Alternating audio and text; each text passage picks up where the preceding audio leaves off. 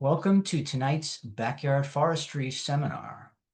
Tonight we'll be speaking about drones over New Jersey, better forest farm, and land management. Word about the NJFA, we're a 501c3 organization. We advocate for all forests in New Jersey by supporting responsible, sustainable use and science-based forest management, benefiting the forest ecosystem and all dependent communities. We are the voice of woodland owners in New Jersey, both public and private. This presentation is for general informational purposes only and is not intended to constitute specific legal, tax, or other advice. No claims, promises, or guarantees are made about its accuracy, completeness, adequacy, or suitability. We encourage landowners to consult with their own attorneys, accountants, and foresters for professional advice concerning their woodlands and otherwise.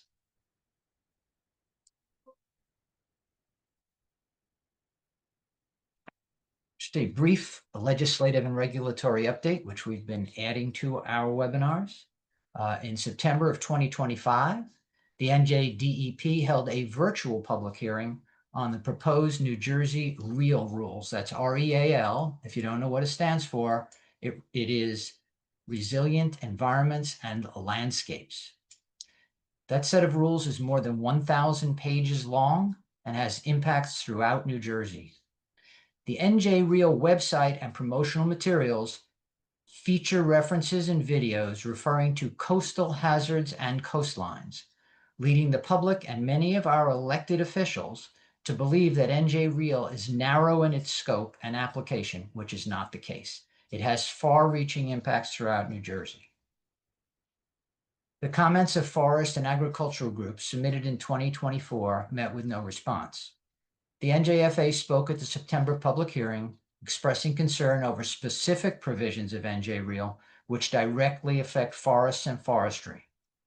We also spoke about the confusion and resulting suppression of public comment created by the promotion of NJ REAL as relating to coastal hazards and coastlines rather than applying throughout New Jersey. We also addressed the impossibility of obtaining public comment on rules of more than 1,000 pages in length, which also refer to other rules which are far larger than that. In fact, one of the commenters at the virtual public hearing suggested that anyone really wanting to comment on the rules would have to retain an entire law firm to review them. In addition to our comments regarding specific provisions, we, along with others, have asked that the rules be held for reconsideration and further review. I ask that anyone watching join the NJFA, and you can do so at njforestry.org.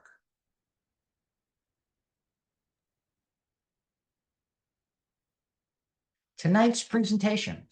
Well, we've all become very aware of drones in the last year due to the mysterious drone sightings over New Jersey, but drones really do have practical applications, particularly on private woodlands, agricultural lands, and ponds for treatment of invasive insects, plants, and algae, nutrient applications, damage assessments, mapping, and others, especially in difficult to access areas.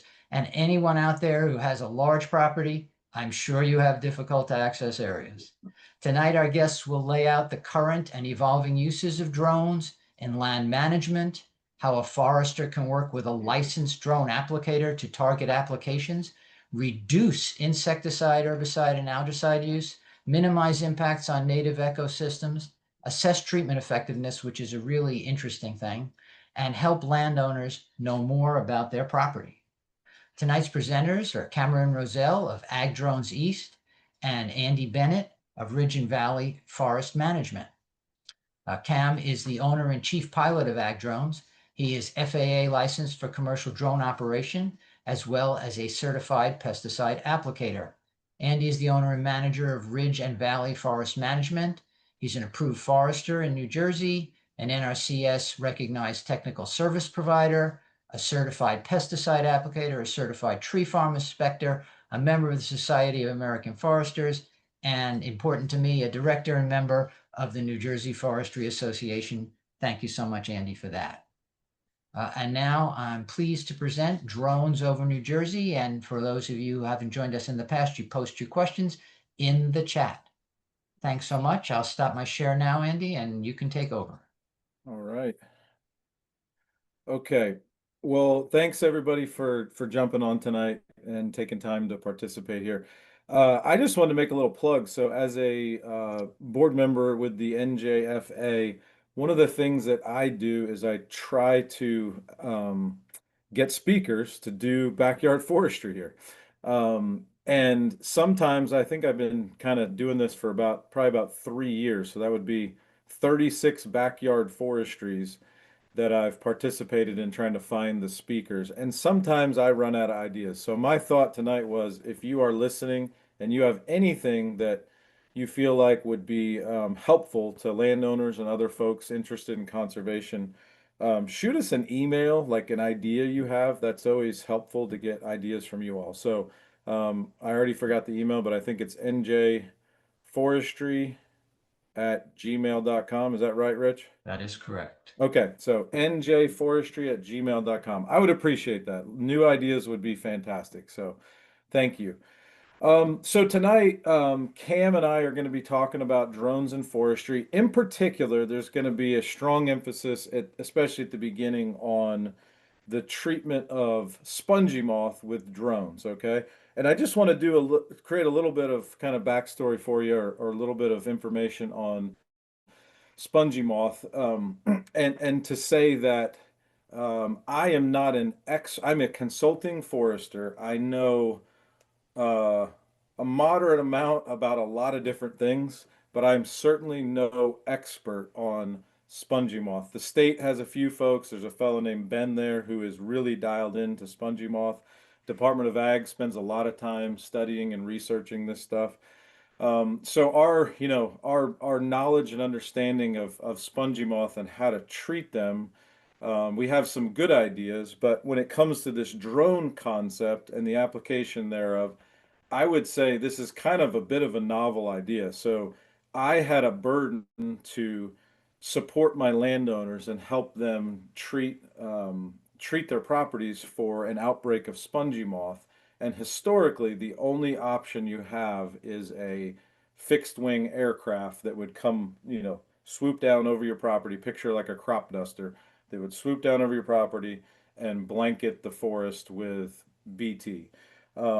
And that was really the only option. And it was kind of cost prohibitive a lot of times. They didn't want to do small properties. So that's where this kind of idea of drones, using drones to treat spongy moth kind of came into play. So let's get moving here. All right. So see if I can get this to move.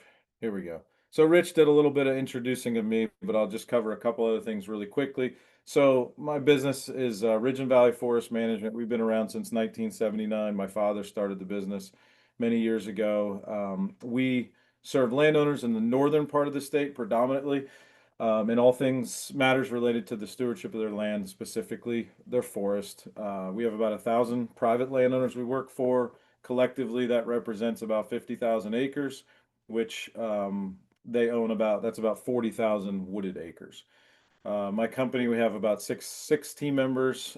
We do consulting work where we're advising our landowners, doing inventory work, drafting management plans, laying out timber harvest, things like that. But we also have a crew that actually goes out in the forest and implements forest management activities, which is very rewarding for us to not only just plan, but also get out and get the work done. So, as Rich said, I'm an approved forester here in New Jersey, technical service provider, and um, grateful to be a member of the board of the association. Oh, went backwards.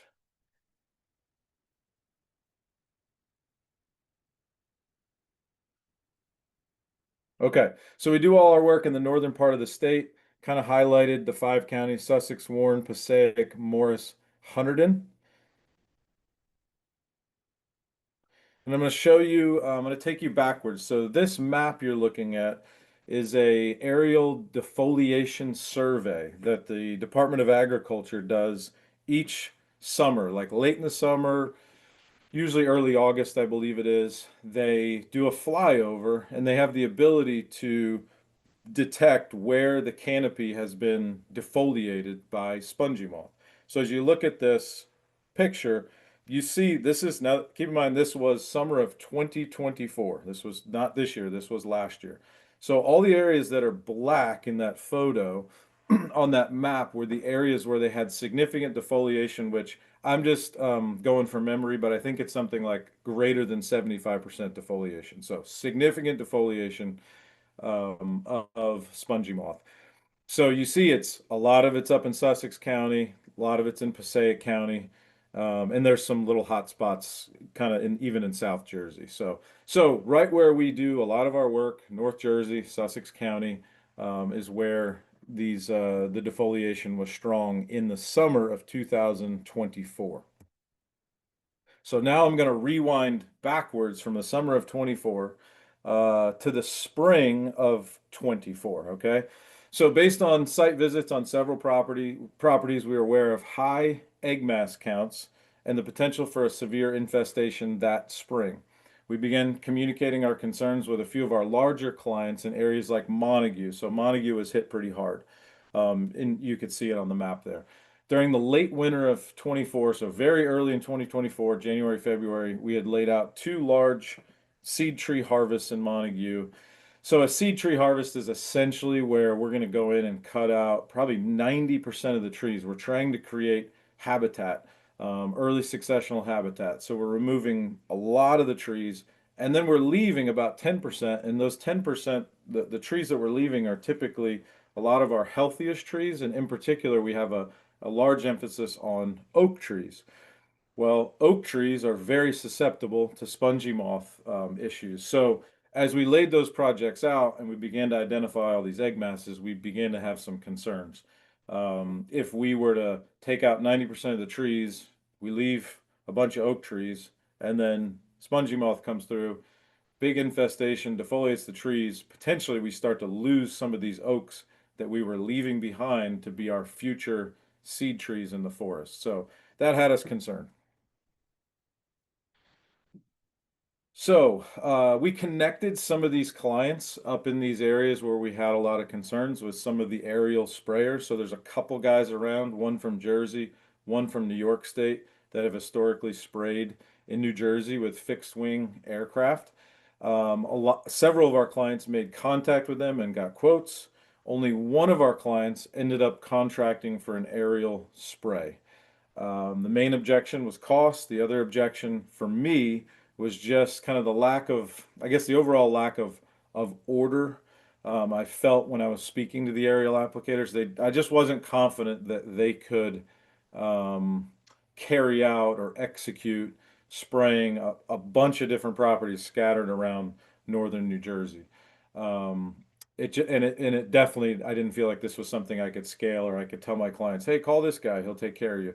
It just didn't seem real organized. So we ended up having one customer spray.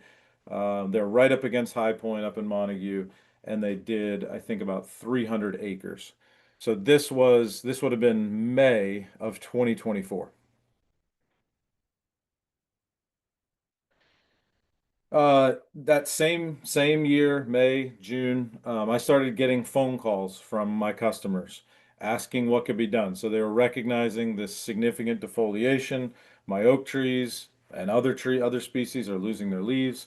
We had severe total defoliations on many of our clients' properties, but there was little we could do at that point. For some folks, the only recommendation we really had was to contact a local tree care professional who could target individual trees, so they can actually come out to your property. Some of you have had tree care folks at your property, around your house, and they can actually do like stem injections to treat that tree for spongy moth.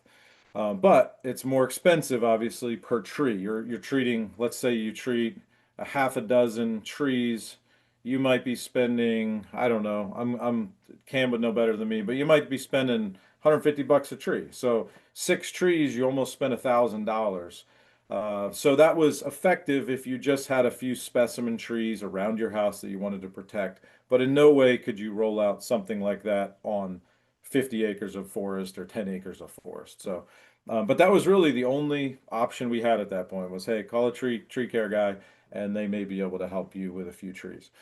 So as a result of this experience back in 2024, I knew I needed a solution for more of my customers, a solution that I could scale and that would allow, especially for smaller woodlots. That was one thing I noticed right away talking to the fixed wing aircraft gentlemen. They didn't want to touch anything really less than 50 to 100 acres. They really wanted to do a lot of acres at a clip. That's what they're set up for with their aircraft. So fast forward to late winter 2025. So now we're into this year. Early January, February, March, I was introduced to Cam and several other members of his team. We coordinated a meeting where they did a demo for me, and we discussed how they could use their tools and their skills to serve my clients. They had done some gypsy moth, or I keep calling it gypsy moth. It's referred to as spongy moth now, but they've been doing some spongy moth treatments down in Virginia, and down in that neck of the woods. So this was not brand new to them. They had done it before. Um, I'm gonna see if this video works. Let me see if it does. I don't know if you'll even be able to see it, but they came to see me. They set up and they just did a flyover with water just to kind of demonstrate how this would all play out. Um, so it's just spraying water there, kind of cruising across a field. Um, that's like a 5 acre hay field, and Cam, one of the things that caught my attention was Cam said, "Oh yeah, we can spray that 5 acre field in like 5 minutes."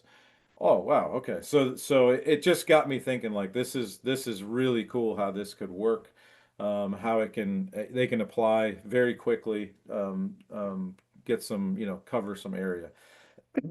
So we came up with a pricing plan that something that we thought we could offer to smaller woodlot owners, and that folks could afford, and a solution that I could scale slightly and at least offer it to a number of clients in the area.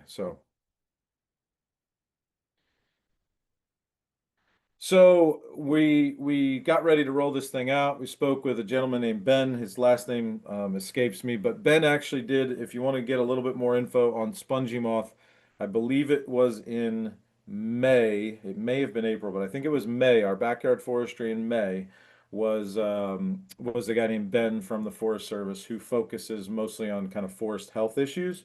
But great resource. I talked to Ben.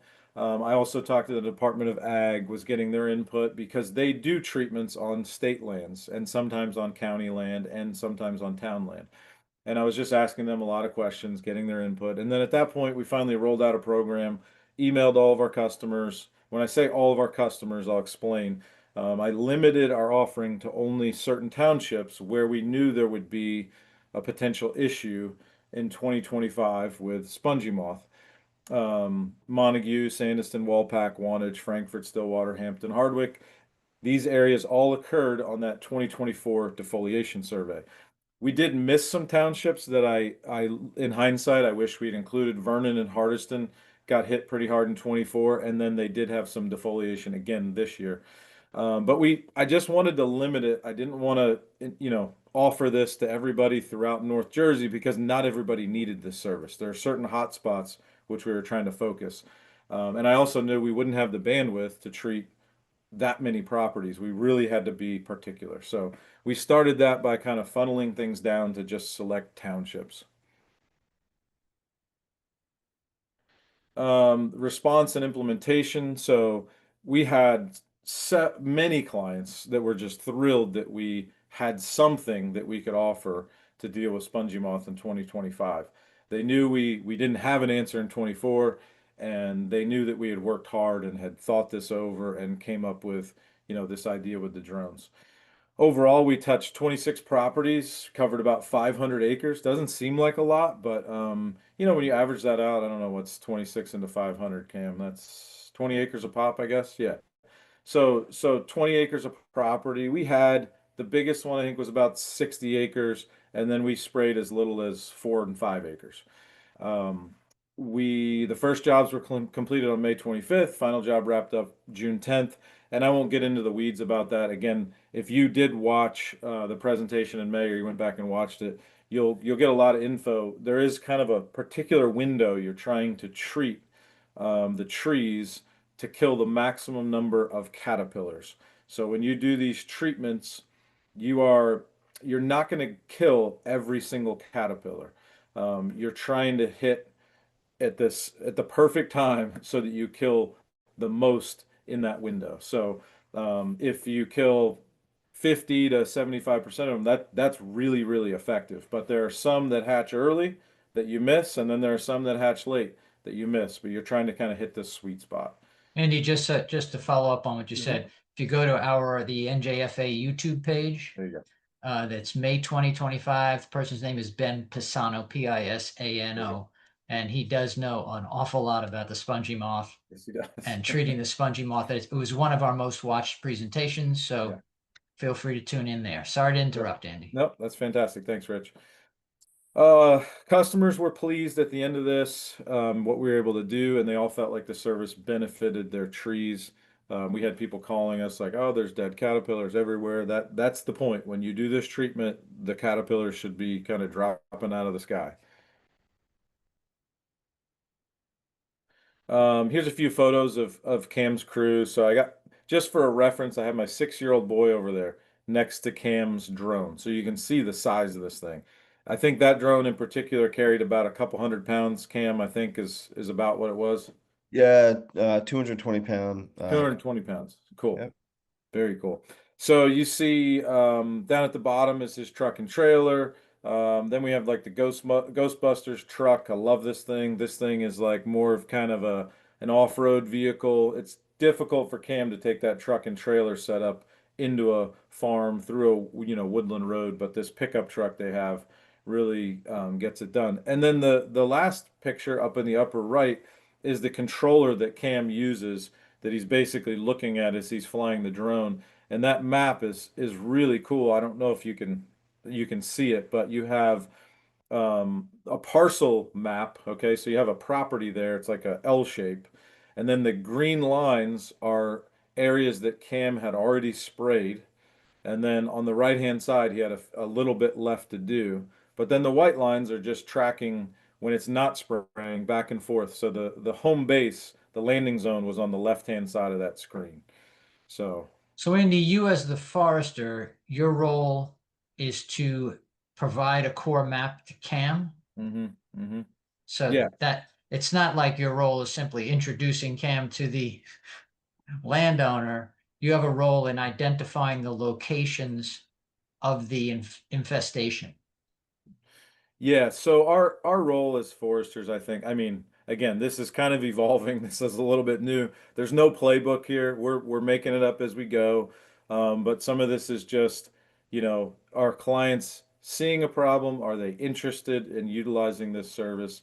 If yes, we're providing a block and lot kind of parcel map to Cam. He's doctoring that thing up.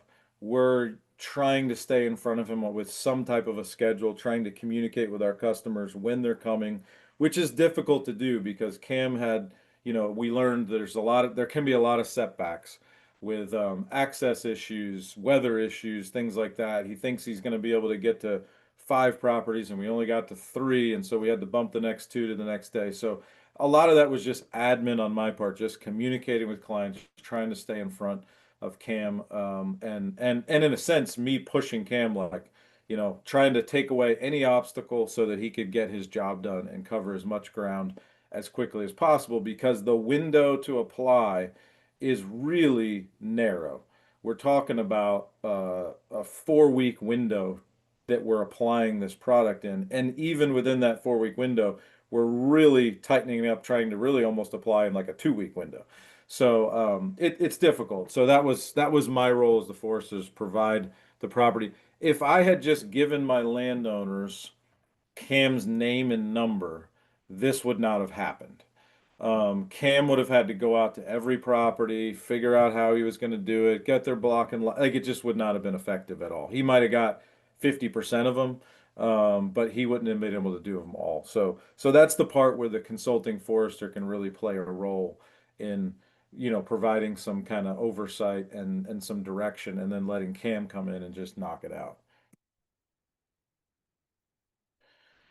Okay, a viable solution for woodlots sure seems like it. That's that same map that I showed you earlier on the left-hand side. So it shows you Where he took off, you see all those lines.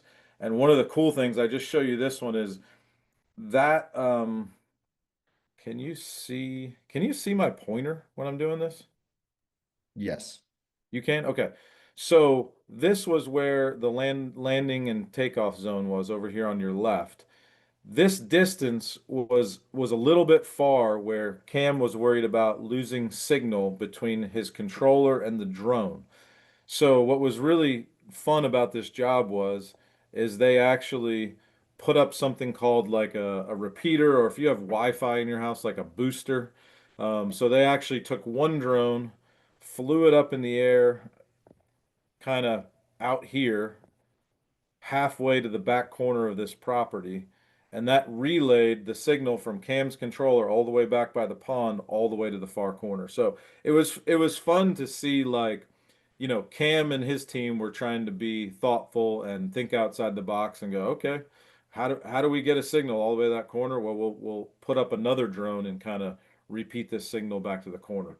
So that was kind of cool.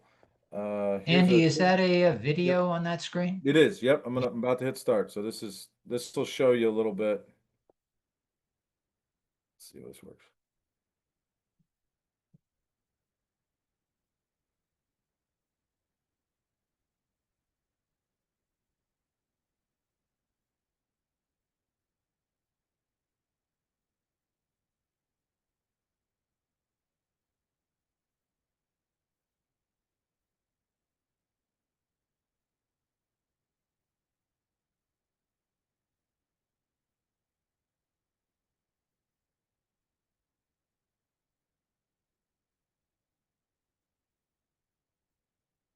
So it's probably hard to see, but that drone is applying the product right there, and you see the leaves blowing and the limbs blowing.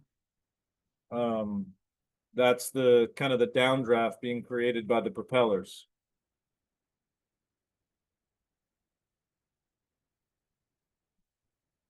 So I'll just kind of explain that real quick. So typically you have a fixed wing aircraft that's flying over, that's spraying like a crop duster, okay? And they are just turning that baby on when they hit the general area, and then they're cruising over, and then they shut it off, loop back around or whatever they do, and then they're going to do it again.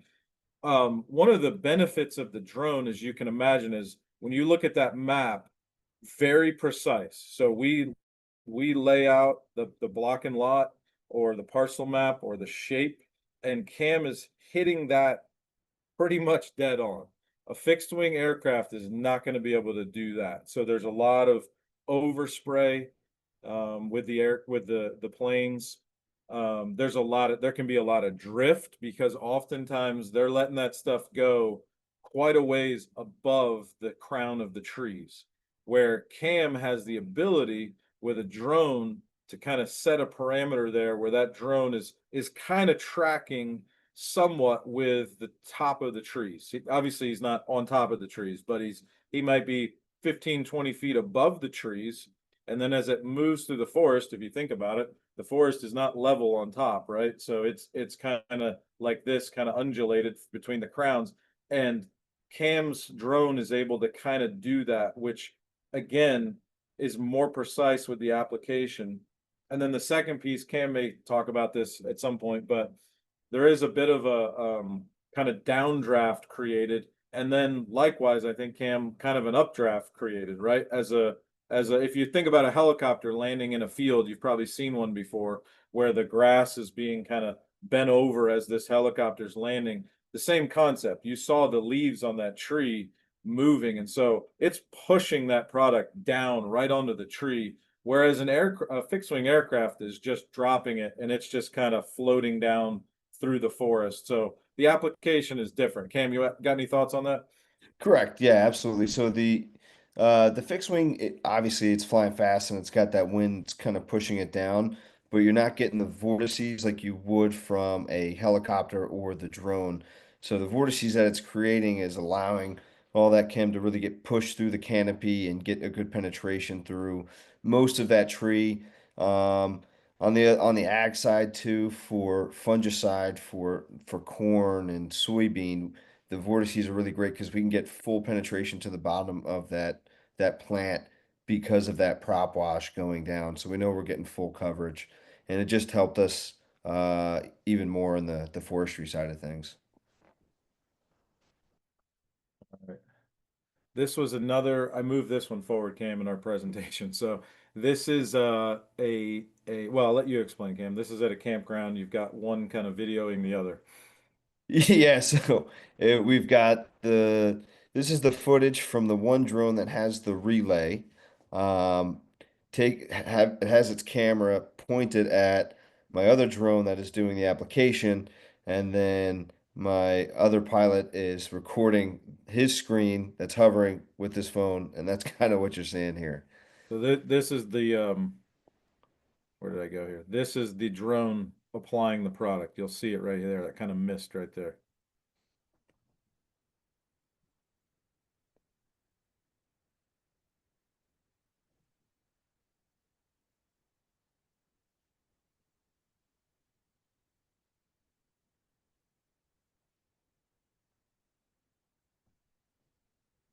And the benefit of these drones as well, because you can see that you have some water right here. You have a pond, and you don't really want to get that BT or any chemical for that matter into the aquatics if you don't have to. So the benefit of that drone is you can really get tight and really control your spray and really get a precision application and really control that overspray with the drone. Obviously, if you take into account the wind and all of your weather effects and everything along with that. Cam, I saw in the chat, maybe just talk real quick about kind of the concept of how it goes out. It covers so much ground and it circles back. Kind of what's the spacing or intervals, I guess, as it's going out and coming back.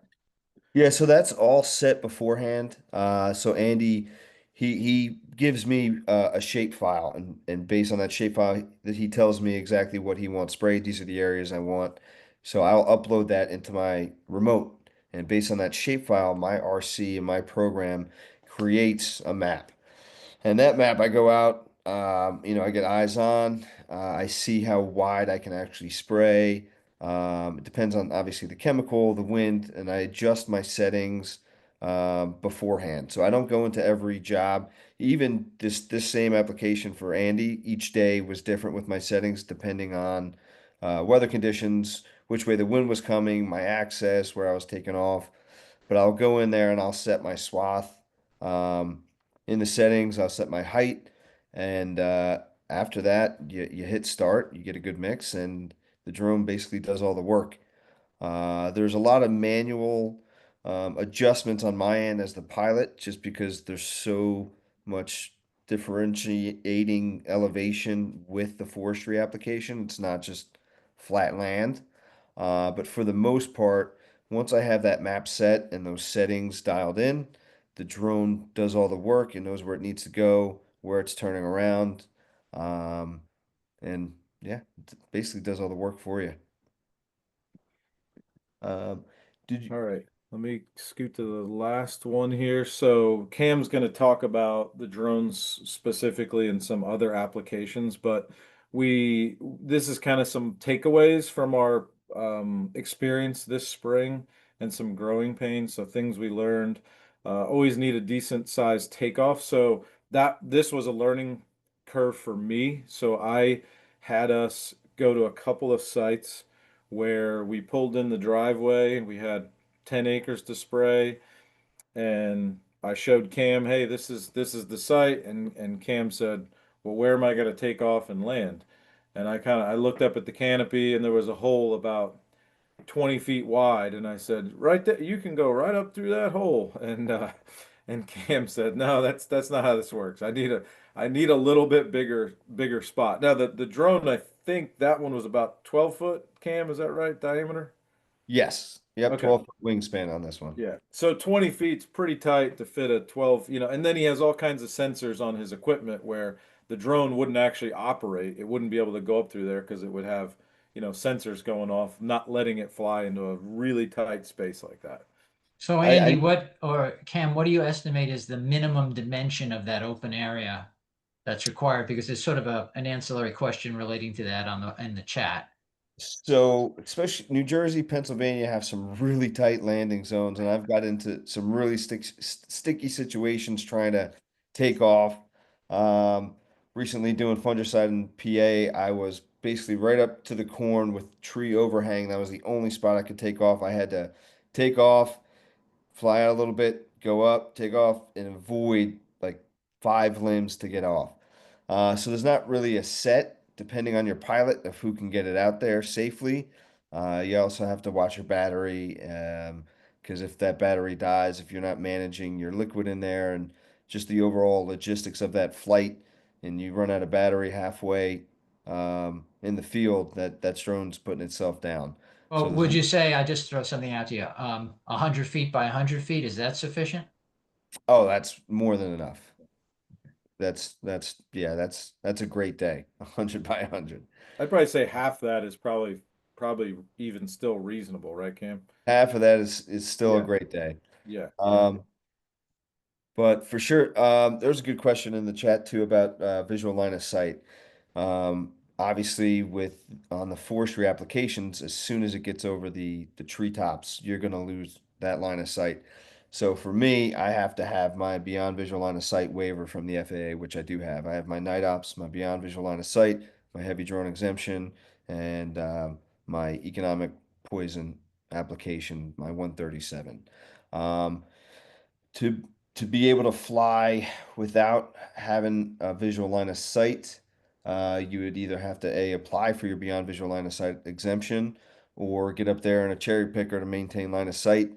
The FAA does not approve a second drone as visual line of sight. So without my exemptions from the FAA, even with my regular drone exemptions, this forestry job technically would not be legal in the eyes of the FAA. To answer that question. Um, for the beech leaf and nematodes, just I was just reading some questions here, Andy and Rich, if that's okay. Yeah. Okay. Oops, sorry, I went forward. I meant to go Oh, you're back. right. I haven't sprayed for those. I would have to look into that. I don't want to give you any false info from a drone application on that. But I can definitely look into it. And Yeah, I would just speak to that, Cam. I don't think there's any treatments that could be applied from a drone for the nematode. I know they're doing some trials with some stem injections. And then there's some like soil drench, and this is all that I'm aware of. I'm not an expert on beech leaf disease. But to my knowledge, there's nothing that can be applied like almost like a foliar application that I'm aware of. yep, absolutely.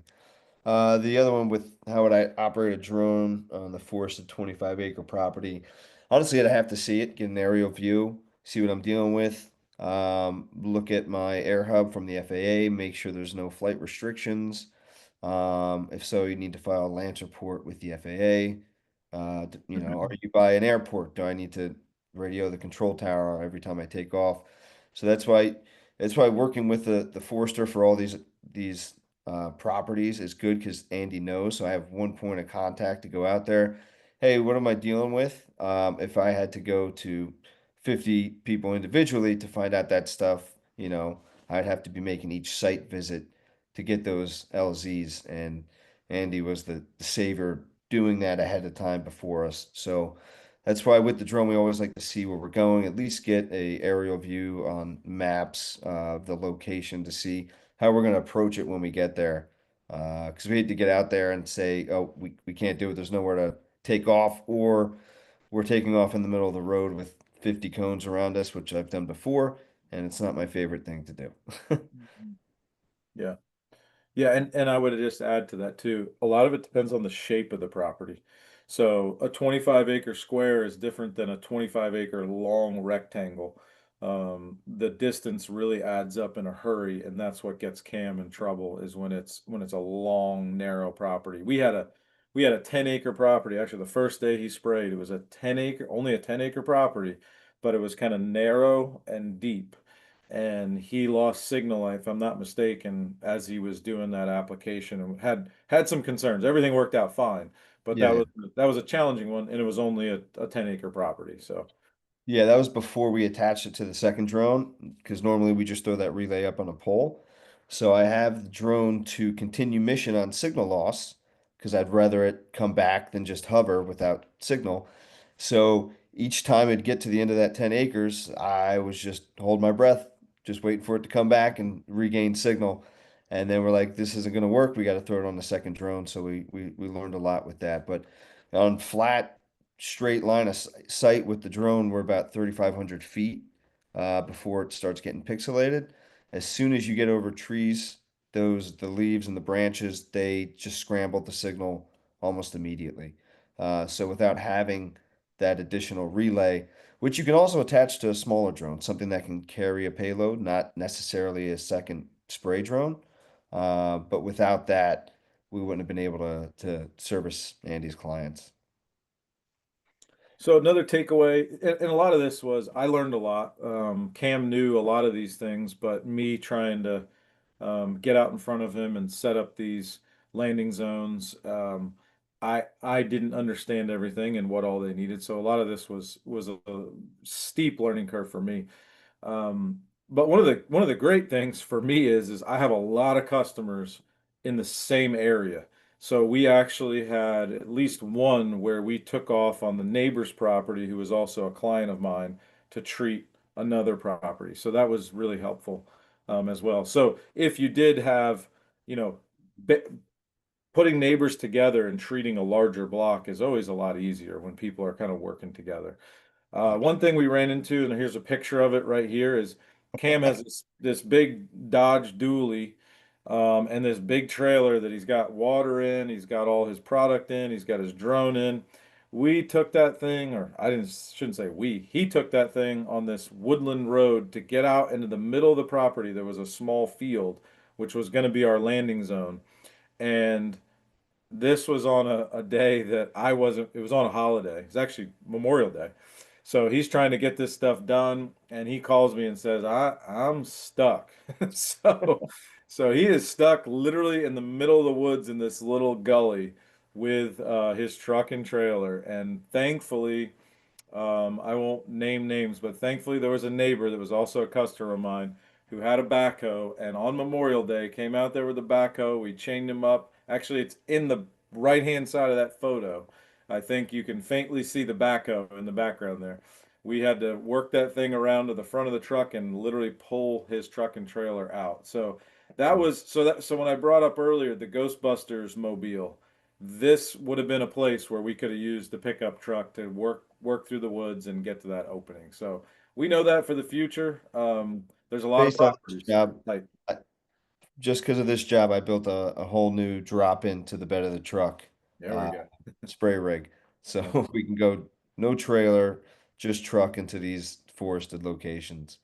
that's So, great. Andy, there was a question in the Q&A, why not use helicopters? But that brings to mind, I mean, the obvious answer is it'd probably be cost prohibitive, as well as helicopters doing specific tree line applications might be very difficult with wash and other aspects of that.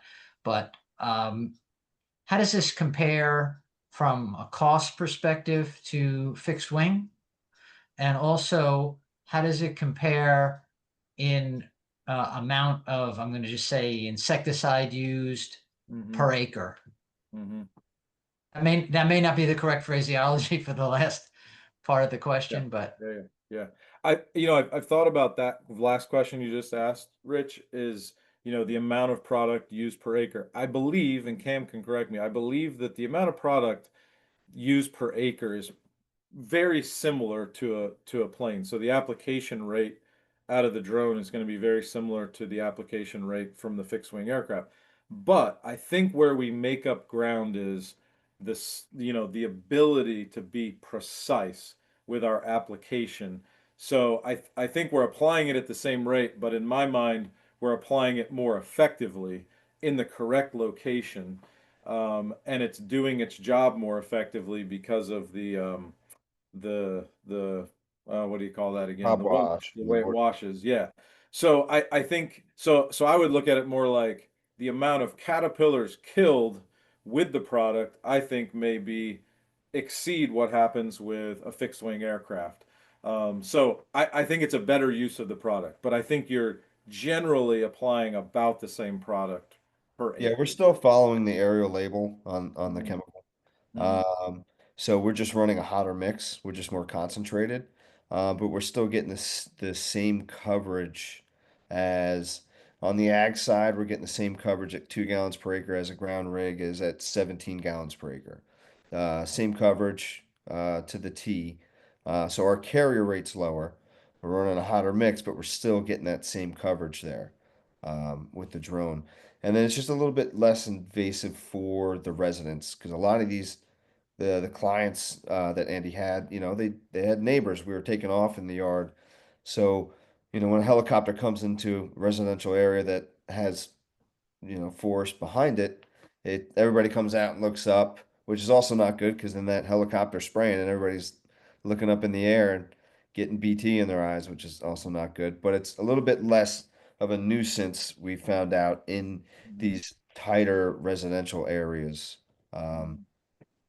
Yeah. As far as cost, Rich, so this is really pretty wide, and a lot of it depends on, so the fixed wing I aircraft. wouldn't be asking you to talk about any specific dollars, Andy. I'm just saying, Yeah. like, just No. generally, if someone wanted to do 10 acres with a fixed wing, Yeah. Yeah, yeah. no. We'll kind of drill down a little bit. So on fixed wing, we saw like some of their rates. Again, if they're covering a lot of acres, they'll reduce their rate. So those guys are hitting between, like, maybe you can get them down to 50 to 60 bucks an acre for a fixed wing if they're doing a lot of acres, you know. But when you ask them to come into, we had one customer who had a fixed wing. He signed a contract with the fixed wing guy to come in and spray 10 acres, and I think it was $3,000. So that's $300 per acre. The way we set it up with Cam, we had kind of a minimum charge for the move-in cost, basically for Cam to get there and get set up, and then we had kind of an acre rate. So I think we were in the neighborhood of 60 to 80 bucks an acre, something like that on average. And this was a learning thing for us. So if we did it all over again, we'd probably sit there and go, well, we really need to charge a little bit more. But we were really interested in just getting this thing off the ground and doing this service for some folks to see if it would to see if we could scale it and it would work. But it is very affordable for smaller woodlots.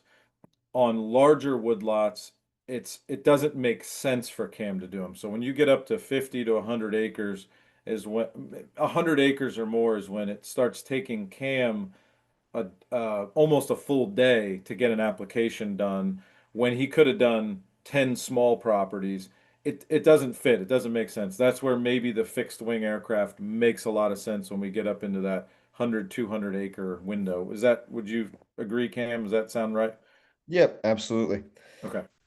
Yeah. Um, last, neighbors, yeah, neighbors will pay attention. Drones stay close. So we talked about that. The KP thing is kind of getting in the weeds, but Cam, why don't you explain that maybe for people so they understand how that works? So KPs are basically your geomagnetic activity from solar storms, solar flares, and stuff like that. The drone is operating on, its internal GPS system that gets affected by geomagnetic interference. So sometimes when we have some solar flares and we have high KPs, that drone could be off a little bit. So at minimum, maybe it drifts and it's not as accurate, precise if we're not using a real-time kinematic, an RTK system in the field. But it could be as so bad as that drone doesn't know that it's right side up and tries to flip itself over. So one day I told Andy, I'm like, hey, we can't come out today. Our KPs are at a 7 right now. And he's like, I don't even know what that is. It's a beautiful day. It looks great outside. I was like, I can't. I'm going to lose the drone. So KPs are something that as a pilot we have to watch out for as well.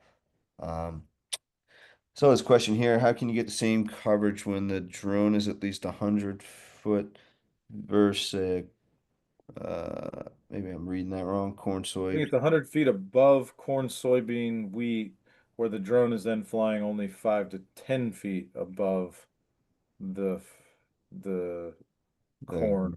I'm thinking that's what that means.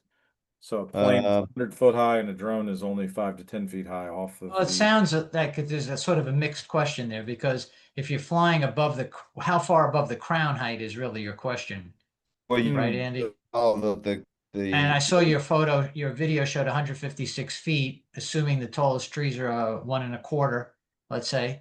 So so you're that's where 25 over. Oh, I see now. the I see. Yeah, drone. he's comparing the two, tree over trees versus over a field. Yes. Got it. And the Oh, question, I'm still 10 to 15 feet above that the tree canopy. The drone that was taking that video was way above the canopy because I was getting my relay from that drone.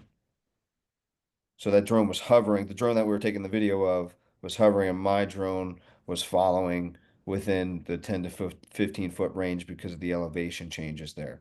But we have to fly within the label rates of our aero application, which is the same that the planes are flying, but they're just flying faster and they've got a wider swath. So it takes us a little bit longer than what the planes can do. So obviously for the planes for 500 acres, it might make more sense for the planes because it's gonna be a lot harder for that drone to get there. But we're gonna have a similar result with the application. It's just gonna take me triple the time as that plane.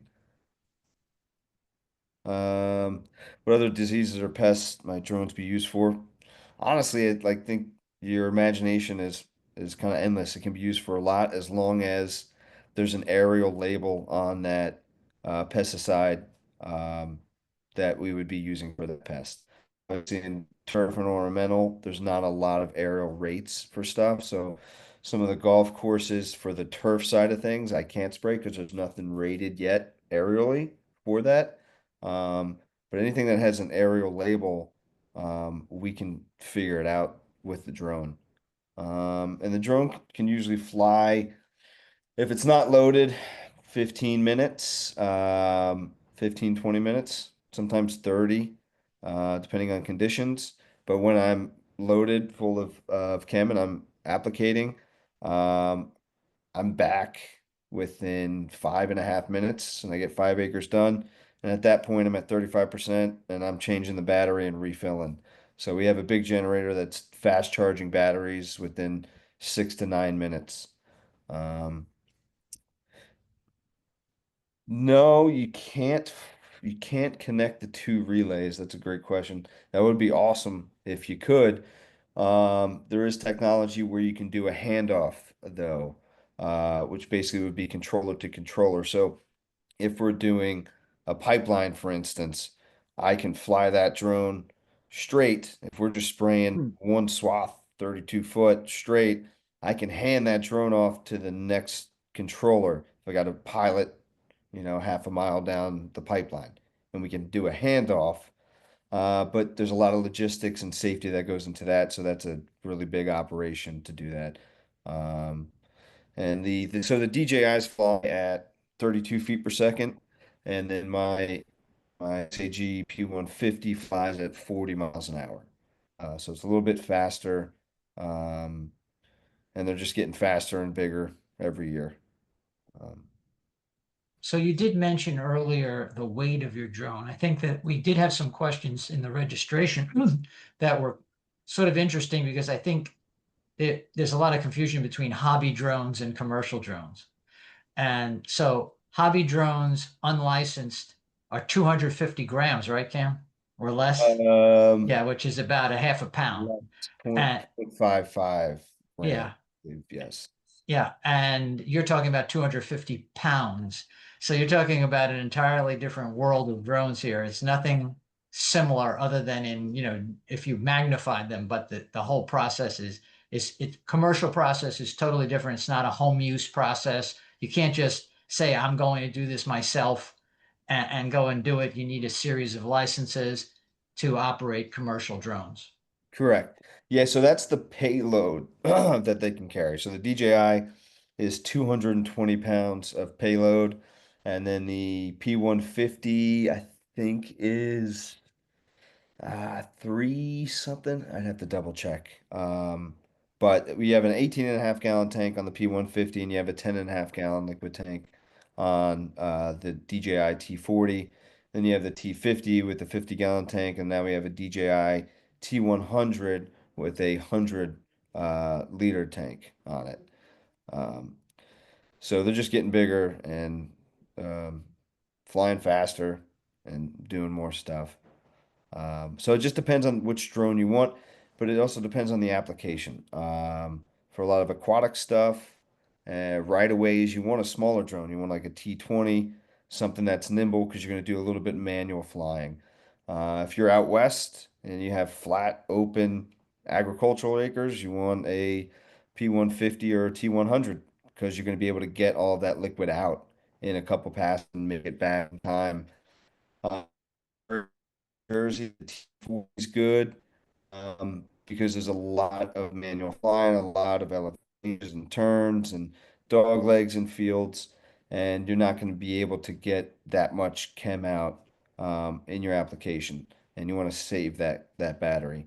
Um, so it all just really depends on what your application is, what drone you decide to get. Cam, we got some photos of drones. I'm done with my section. Cool.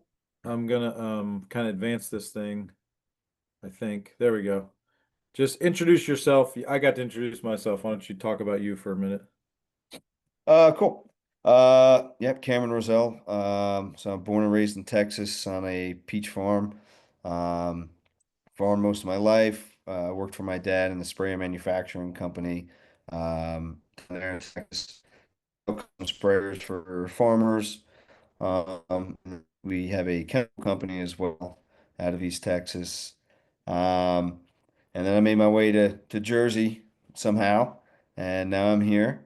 And then I think it was about 4 or 5 years ago, my dad said, "Hey, drones are going to be a viable option in the ag sector.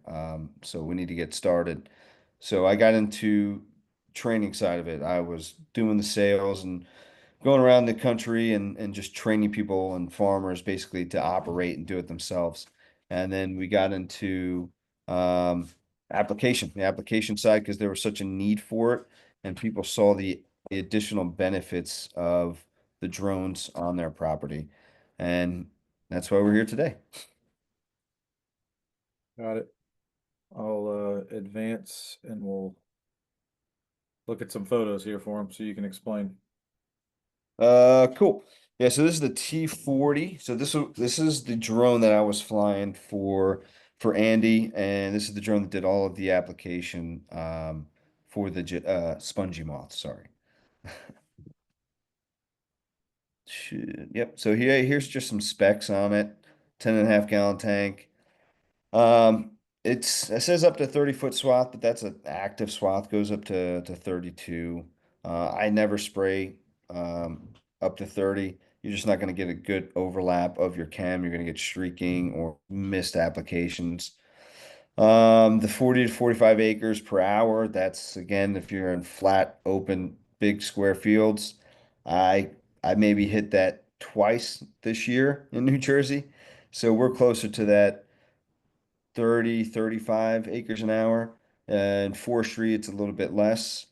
Um, and we also have a seeding tank that we can swap out on this drone too. We do a lot of cover crop. We do a lot of wetlands management. We'll go out there and we'll kill invasive species, Phragmites, cattails, and then come back in with a native seed and then reseed the area. Um, what else we got in here? Yeah, it's pretty good. That's the Yeah. gist of the T40 there. So this is the smaller drone. I think there was a question that Rich sent earlier that was asking about seeing the efficacy of Hmm. Treatments. Yep. cattails are not invasive, they are native. There you I'm go. not, I someone asked me to kill I wondered who was them. gonna say that. It's I was thinking when I heard that, I was like, he's wrong. Oh.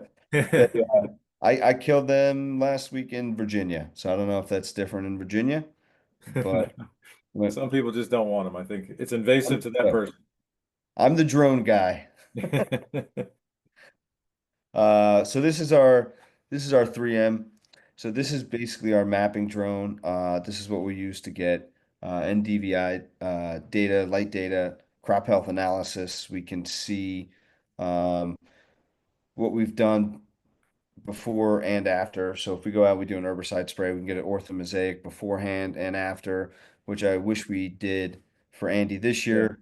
The fields, the forest before, and then go back after and try to Yeah. capture some of that defoliation. But we were late to the ball game Yeah. on the spray, so we were just trying to hustle to get that done. But on the ag side of things, we'll go out there and we'll fly the fields with this beforehand. I'll load them up into my software and I'll create um, basically a more easy map to navigate that field with for the drone. Because a lot of the fields that you deal with in New Jersey and more specifically Pennsylvania, you've got a lot of obstacles. A lot of spots that the elevation changes very rapidly. So we can map all that with this drone and map it into the spray drone, and we just have that much better of an operation and application with our spray drone by bringing this beforehand. We'll go to the next one there. That's Yep, the same one, right? yep, that's the same one. I already kind of talked with this. So this can work with the P150 and the T40. Um, So the T40, it's native. We can use Smart Farm. With the P150, we use a software called Pix4D, but we can take that same orthomosaic from that drone, upload it, and then create our map and mark our obstacles before we go out into the field. So we're not sitting out there looking up and hoping that we're mapping by hand on the RC properly and our drone doesn't hit a tree or a power line or something. So this was what golf course down in Cape May, we did some algicide for all their ponds there. We went around and we sprayed all their ponds for them, as you can see there. And the benefit of this is usually they're out there by hand doing it. And I forget exactly what we're spraying, but obviously it's not good for the grass. But we were able to get out there with the drone and map it properly and maintain that precision and really get up to the end without drifting onto their fairways and killing their grass. So for all our viewers, what is this plant growing at the edge of the water back in the back there? You have two, I'll give you two options, Phragmites or cattail. I'm not answering. I just Which kill is it, Cam? Which is it? 'em. I just kill them. Don't ask me. I'm just the drone chem guy. Did somebody answer? I know what it is, but I wanted to see. Clark, what do you got? I don't see an answer. Anyway, that's Phragmites in the back. So that we would kill. So um all right, here's a couple more photos in the farm ag applications. Looks like a vineyard over there. Andy, can we go back to that pond application just for a second? Yep. Because I think that's pretty relevant to probably a lot of people watching. And while they might not have known the term Phragmites, they're popping up everywhere in Jersey on pond edges. And if you're like me, certain pond edges are not easily accessed from a vehicle or from by foot. And some of them are, are undermined on those edges and things like that. So it's very difficult to walk along the edges. And this is just a wonderful opportunity to have a focused application on those Phragmites and, hopefully do away with them or at least reduce their taking over the pond, which happens so fast. You basically close your eyes and they've taken over. And simultaneously one can look at algicide treatments, obviously, on the same day, correct, Cam? Yes, sir. What about Japanese knotweed in the chat? Have you done anything with that yet, Cam? Knotweed? I have not. What would that be? So that can be treated foliarly. Yeah. I've Probably use like a Mazipure, like a habitat on that. yeah. Um, Yeah, so I think it'd be the same thing as frag. You could do it with the drone for sure. Yeah. yeah. Andy, there was an interesting question in the Q&A on dealing with, I'll call them in-forest invasives, Hmm. if I translate the question into 3 words. Um, and is there any way a drone can treat, below the canopy? So, so the very first time I met Cam and they did their little demo for me, I wasn't even thinking about spongy moth. I was thinking about spongy moth, but I was really thinking about invasives in the forest. And I said, guys, you got to figure this out because applying herbicides with a backpack and things like that is so labor intensive, very difficult to cover a lot, to scale and do a lot of acres at once. And we didn't come up with a solution that day, but I think Cam's been working on it. That's all I'll say. I don't know. Yeah, yeah. I think that day we said we'd love to test it with you to see what kind of coverage we could get Hmm. in the time frame of that. It would obviously have to be a lot different settings. We have to fly a little bit slower to make we get some good down force from the drone. Um, yeah, we just haven't tested it yet. I would assume you'd get a little bit, but I don't know if it would be a complete kill for the complete underbrush of that. Yeah. Yeah, the challenge, what I was explaining to Cam was certain invasives, those of you who have land and understand this, you have invasive species, Japanese barberry in particular, will leaf out early in the season before all of our native grasses, shrubs, trees. So there's like this tight window of time when you could go over the top of a forest with a drone, apply a product and it actually make its way down to the forest floor to treat maybe Japanese barberry. That's about a 3 to 4 week window in the spring. However, as you think about it, there's still a lot of limbs and things like that that the product is going to get hung up on. So I don't know if that would be effective, and you would be kind of blanketing the forest with some type of an herbicide, and I'm not sure that's necessarily responsible. Yeah. We could try a test plot to see if it's a Yeah. viable option next year.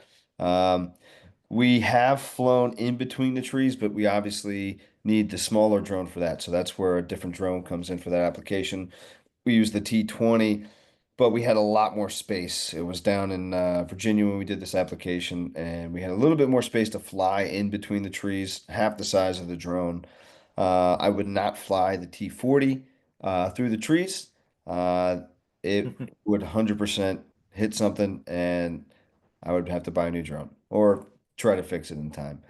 But definitely above the canopy application for that.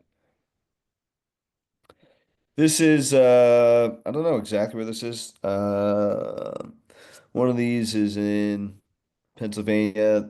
You got soybeans over here doing some fungicide. Oh, this is down South Jersey, I believe.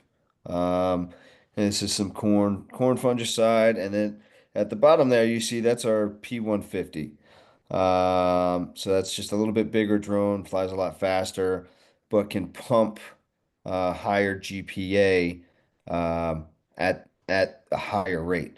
So the pump's a little bit different. We got the squeeze pump on that. So for the vineyard application, where we have a minimum of 5 gallons per acre, where we're not doing our 2 to 3 gallons per acre ultra low volume application, we're doing at minimum 5, if not 10 gallons per acre in the vineyard. We're going to use the P150 for that. So this is where, all different applications are require different tools. So we have a lot of tools in the tool bag to get the job done. No, the Mavic 3 and the 3M, they're similar drones. One just has the RTK and is used for mapping. The other one has a Hasselblad camera on it for videography. That does not carry a payload, so that will not pick up the relay. If I used a smaller drone, it'd have to be like a Matrice 400 or Matrice 4 or 350 RTK, one of those that can um, to support the payload of that relay. The spotter and lanternfly, yeah, we haven't sprayed for them, but we 100% can. I would assume it'd be a little bit similar to what we did for the spongy moths. I would think so, yeah. Yeah. Yeah, this is a good one. The ban on DJI. So it has basically teetered like this back and forth all year. I just got we also still sell these drones. I still go out and I teach operations and safe flight and everything. And we just got a container of new T100s through the port, and we have all parts and everything coming in. So if there's a ban, they didn't tell us, which is good, but also bad because then if we go and as a salesman for the drone, if I go and sell it and I can't support that customer with parts and service, then that's also bad as well. So that it hurts us, and I've been trying to push towards the P150 for guys. Even though I don't like the software, the drone's built a little bit better, but I know I can get parts, and I'd hate to sell something to somebody or give a recommendation to somebody, and then something happens, something breaks, and then they can't get back up and running, and they're stuck with this piece of machinery. Just sitting around that they can't utilize. So right now things are coming in. I every day it's different on this band, and I'm trying to keep track of it, but I don't know. I just know they're still coming in now. We had like a good 6 to 8 months where we had nothing, and now everything's flooding in. So as of today, we're okay. But again, tomorrow we could be completely banned. I don't know. Nope. I just advanced that. So any other questions? Throw them in the chat. I was just thinking, Cam, just kind of land the plane for us. So again, in the forestry setting, as a forester, I'm looking at it for obviously this drone idea for spongy moth. Um, this will be something we're talking about potentially next year. And some of you know this, but spongy moth is kind of it's a cyclical thing. So it doesn't occur every year. It kind of the population kind of ramps up, and you have a bad year, a worse year, and then a really bad year, and then the population kind of drops off for 5 to 7 to 8 years. So we don't always need this option in the to be able to utilize. So for spongy moth. Again, the invasive species idea would be amazing. We're definitely not there yet as far as how we could do that. But I think for other landowners, I'd be thinking about if you have a lake or you have a pond, you might have a pond management company you already work with, but you could easily contact Cam. He obviously does stuff like that. If you're a farmer, if you have a mixed use property and there's a need to do any kind of treatment on your farm fields, ag fields, if you have an orchard, I'm sure you can do applications over fruit trees with the drone versus like one thing that I've learned from Cam is when you think about a crop field where they're spraying Roundup over a cornfield, and they have to have a tractor that goes through there with the booms and everything. If the field is too wet, they can't work their way through the field. They get stuck, things like that. Cam pulls up there with a pickup truck and just throws that drone up and hits that field in 5, 10 minutes and moves on to the next one. That's pretty remarkable. So it will be replacing a lot of those boom sprayers we see driving up and down the roads. That would kind of, go away. What's Clark, could you fly logging roads and spray for stilt grass? That's a great idea. I don't see why you couldn't. So logging road, Cam, you've got a little bit of width, and you'd be flying right up above, the grass, the road, and just applying something to treat stilt grass. That's a pretty cool idea. Yeah. Andy, the ideas that are coming out are it's limitless. And with the cost of labor and the Mm-hmm. cost of large equipment Mm-hmm. that dwarfs the cost of a drone, this is really the near-term future of forestry. Mm-hmm. I am preparing for this presentation. I watched several videos on sectional tree removals with drones and actual tree trimming applications with drones. And people are doing this. So, as we know, we've talked about our population is aging. And we can't go out and spray anymore. We need to pay people to do that, and we need to find efficient ways of doing it. And this is really the next step in automating a little bit of your forest and taking the burden off the human and moving it to technology. So Mhm. I love the idea of the stilt grass. That was a That's really fantastic. Yeah. that is fantastic. And you see, if we sat here another half an hour, we'd find 5 more applications. And so, Sure. you know, let's keep Someone asked talking. If you about have ideas and you have questions, shoot them to Cam or Andy or me, and we'll respond. Mhm. So we got Andy, Cam, you want to do a wrap up or? yeah, I got this one cover crop application question as well. Um, Cost comparison to a fixed wing cover crop. It depends on the pounds per acre that you're doing. Drone wise, I would say that the drone might be a little bit more than the plane. Um, so you could shoot me a message. I can give you what I would charge for whatever pounds per acre. But we're kind of limited. The plane's going to come over real fast and just spray it everywhere. They're going to get it done quicker. Um, we'll be a little bit more precise, but we'll also take a lot longer. So there's just usually an added cost, and we can only carry up to 110 pounds of material at a time to leave a right for the people. Uh, that is a rye. If you got like something fluffy in there, like a rye, it's not going to be the full 110 pounds. It's going to fill up. And you're going to be like around 60 pounds. So then you're going to add time to that as well. So the cover crop takes a lot longer than the spray, but each job is different, and that's honestly why I like to do it. Because each job is a new adventure. It's not the same monotonous thing every time. So bottom line is, if there is a question for a quote, ask for it because it depends, as we say in forestry, is the answer to everything. It And really so we does. need to know what it is, what we're spraying, what the acreage is, what's the configuration, et cetera, et cetera. So, each situation is different and requires a look-see to make a determination as to what cost will be involved. Yeah. Yeah, I really like Clark. Yes, precision is my trump card. Yes, sir. Yeah, precision is the big thing. And then especially when it comes to we're not really combating with the fixed wings. We're just adding a additional service where fixed wing, kind of struggles. We struggle as drone operators in the big field settings. 500 acres, that plane is going to get just as good as a job done, and they're going to do it in an eighth of the time.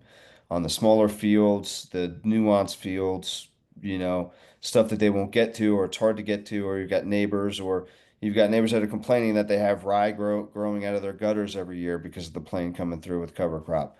That's the kind of um avenues that the drones can fit in and make sure that that spray is going where it needs to go and that cover crop's going where it needs to go. What services do we provide in the winter months when there's no foliage? Anyway, and ponds will most likely be frozen.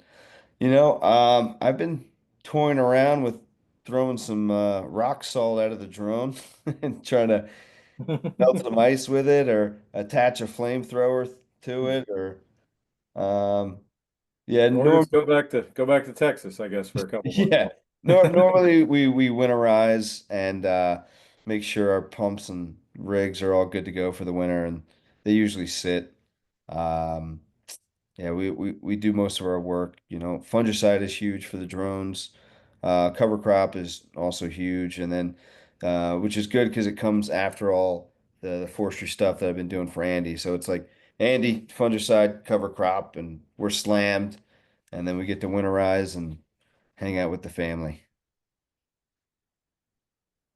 So, Cool. Okay, Um, well, I anything else, thank Rich or I, Cam? I I thought it was just fantastic. I learned a lot, and it was a great evening. You guys are terrific together. So thank you so much. And if you have anything you want to say in the wrap up, Cam, do you have contact information you'd like to give? sure. Yeah, it's you can just email me. It's my first name, Cameron at agdroneseast.com. Cameron at agdroneseast.com. I'm easy to reach. Andy at ridgeandvalleyforest.com. And then again, the association email is njforestry@gmail.com, njforestry@gmail.com. And as I said earlier, we would love ideas. If there's anything we haven't presented on that you're aware of, send us an email and we'll work on getting a presentation done on that. Okay, well, thank you both so much. I wish everyone a good evening. Thank you, Cameron. Thank you, Andy. You're welcome. Thank you, Rich. Bonsoir. All right. See y'all. Thank you.